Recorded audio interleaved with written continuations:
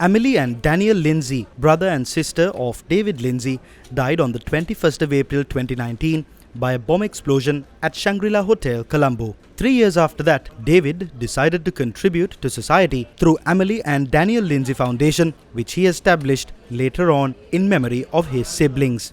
So we're here today in Sri Lanka for 3 reasons. The first and most important is we're here with a team of 5 cleft lip nurses, and what they're doing is they're attending a workshop in Gaul and then going to the new cleft lip centre in Nuwara Elia, where they'll be training nurses for a few days. Then we're also here to see how we can be most helpful in the future. So we're currently working not only with the National Hospital but also with the 1990 ambulance service, and it's our hope that we'll be able to donate them an ambulance to cover the northern Jaffna province by the end of the year. David is in Sri Lanka to support cleft lip and palate surgery training in Sri Lanka. News First spoke to Dr. Manjula Herath of the District General Hospital Nuwara regarding the programs carried out by the Emily and Daniel Linsey Foundation. We did a training of our nursing officers, midwives, speech and language therapists, and all the supportive staff involved in the care, especially regarding the cleft feeding. In these babies, feeding is a big problem, and they supported us with training our staff with feeding mainly this time around.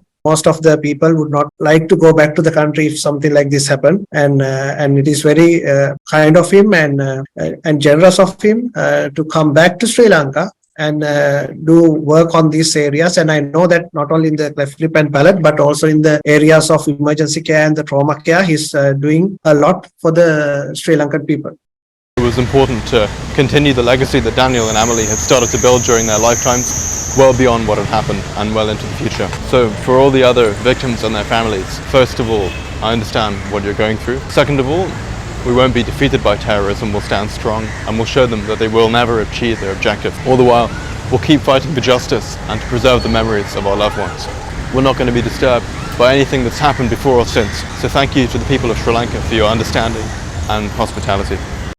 Speaking to News First, David said he hopes anyone who is directly or indirectly responsible for the April 21st attacks be brought to justice. Emily and Daniel Linsey Foundation says it continues to work and collaborate with Sri Lankan medical institutions on requirements of the Sri Lankan medical field.